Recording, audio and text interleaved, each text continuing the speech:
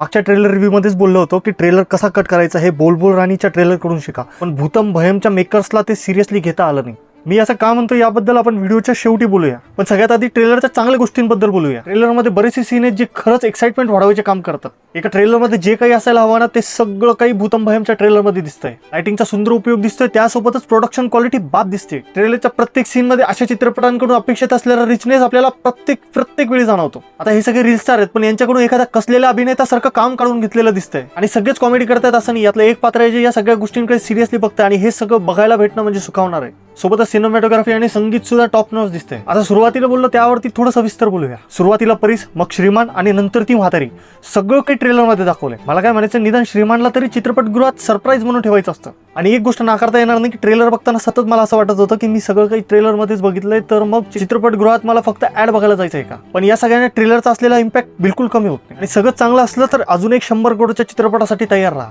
बाकी 24 जुलैला चित्रपट कसा आहे आपल्याला कळणारच आहे. आणि सोबतच या चित्रपटाच्या रिव्ह्यूसाठी माझ्या YouTube चॅनलला आणि तसंच Instagram पेजला फॉलो करायला विसरू नका.